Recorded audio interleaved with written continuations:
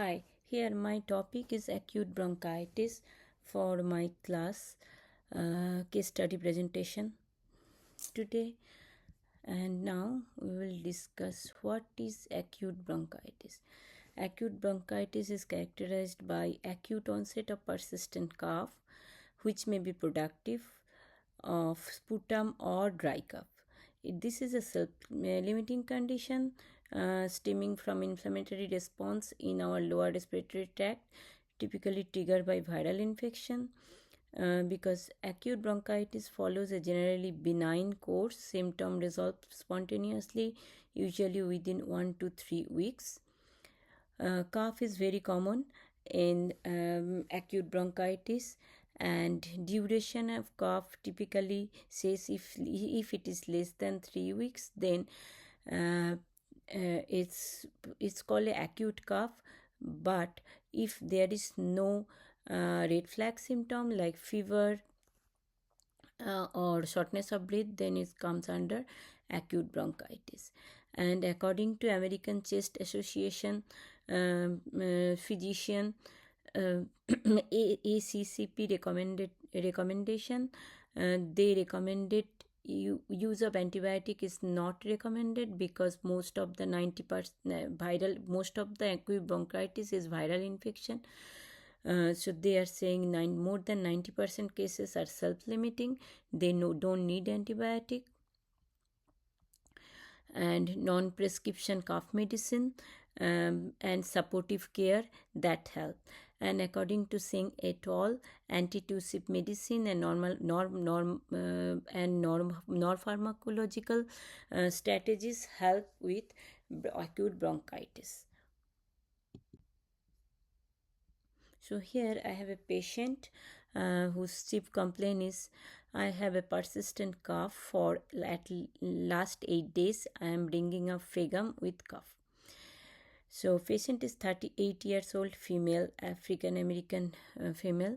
Patient is here for persistent cough, congestion, which has been going for 8 days.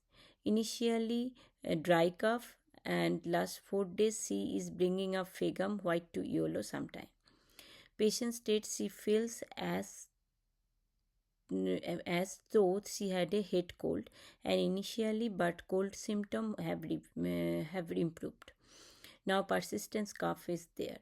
Patient concern symptoms have not been improving, and she cannot sleep through the night due to cough. She woke up twice last night. She denies fever, chills, body ache, nausea, vomiting. She denies heartburn and regurgitation. She didn't notice any specific aggravating factor, and she stated drinking water or sore throat lozenges give her little relief. She did not try any over-the-counter cough medicine other than sore throat lozenges. And she is a teacher. She works with young children, and few of the children from her class is sick with flu.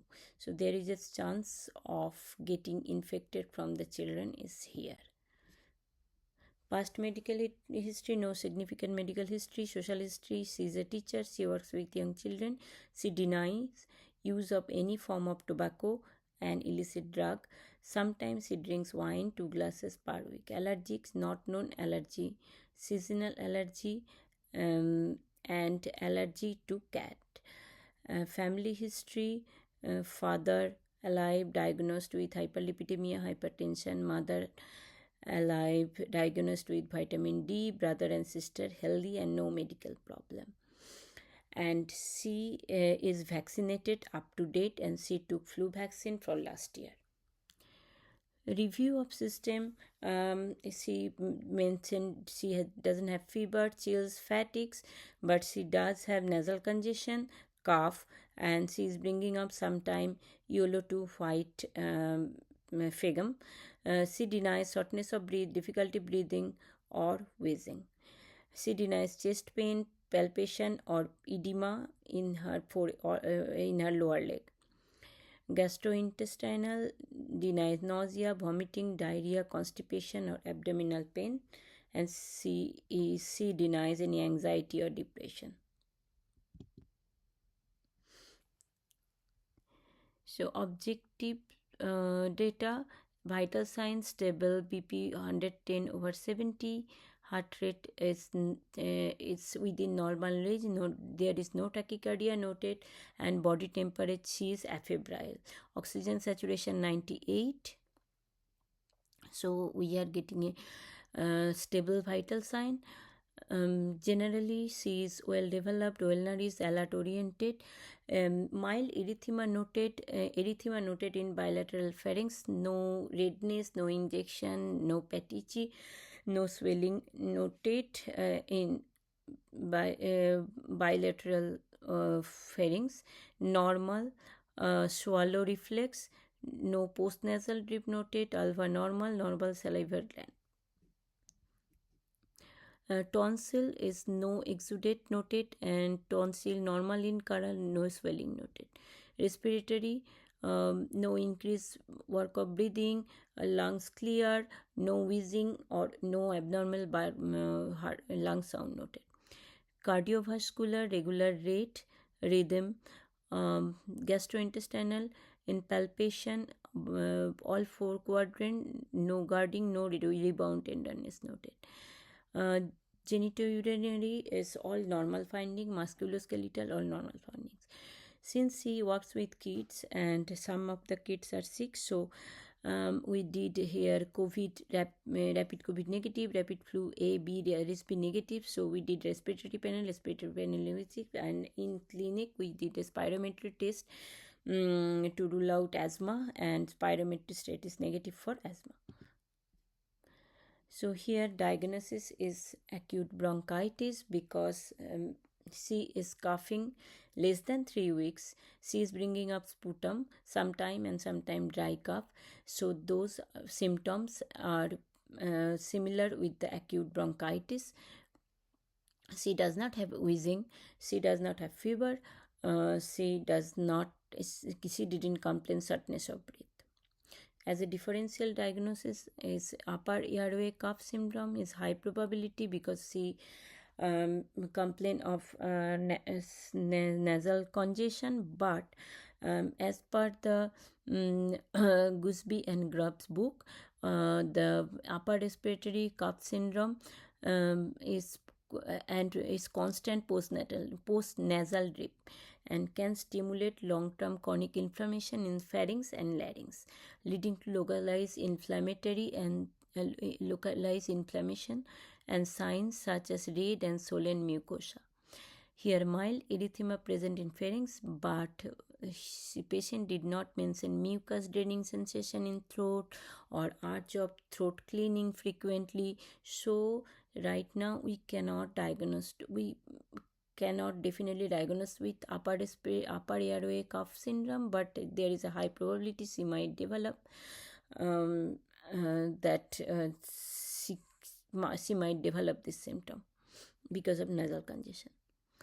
Gastroesophageal reflux, so cough is a common symptom, is GERD also, along with heartburn, and heartburn is the main symptom, but other than digestive symptom, other than digestive resuscitation, but other than that, GERD can cause from non-digestive issues such as respiratory symptoms, cough, ENT symptom like hoarseness and globus sensation, and symptoms are frequently worse at night or when reclining after eating.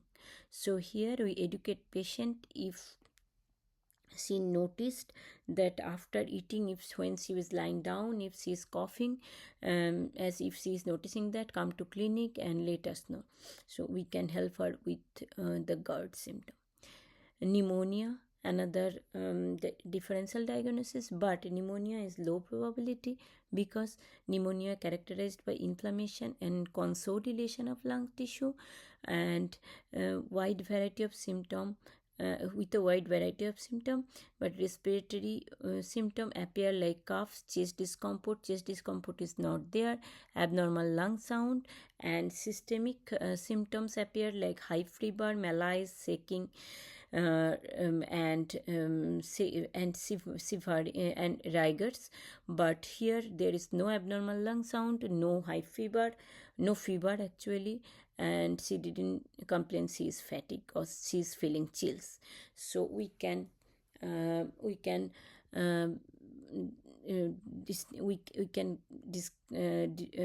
say that low pneumonia, chances of pneumonia is low, probably low. So here plan is there is no prescription drug needed according to the Singh et al. 2024, that paper. um, Antitussive medicine help, over-the-counter antitussive medicine help for cough suppression. So here we recommended Robitussin. She can have Robitussin um, 20 ml 8 hourly in a day, and increase fluid intake. Instruct patient to monitor any worsening symptoms, especially fever, chest pain, difficulty breathing, or production of bloody sputum. Consider We advise to consider vapor or humidifier in a room at night. Humidifier always help keep the air moist and prevent dryness. So cough also dryness also causes cough, so she can prevent cough and sleep better at night. Return to clinic if symptom worsen and if cough persists beyond 3 to 4 weeks, or if new symptom develop. There are some symptoms that red flags warning, gives us red flags warning symptom that suggest serious underlying pathology and warrant urgent investigation. These critical signs include copious sputum, which may indicate condition like bronchiectasis, hemoptysis, cough with blood, sputum with blood, raising concern for malignancy or tuberculosis, significant dyspnea, shortness of breath, which also indicate the any heart failure symptom, COPD, and any other lung disease. Additionally, any weight loss, any persistent fever, night sweat, chest pain are important to notice for red flag, and patient needs to come back for or call provider for the help, should for the assess to for the treatment. Here are the reference pages, and I kept few questions. The patient, if that patient has persistent cough of 8 days and initially dry but now productive.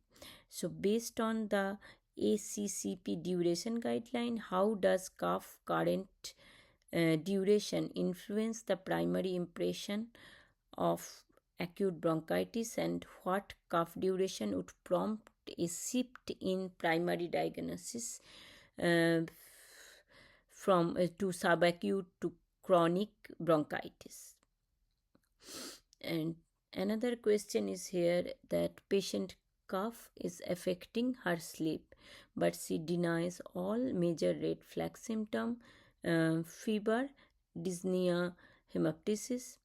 If she were to return in 1 week still coughing, but now reporting increased sputum quantity and new shortness of breath, how would this change the diagnostic approach and treatment plan? But now, okay. But how would this change the diagnostic approach and treatment plan, and why are these specific finding considered urgent red flag?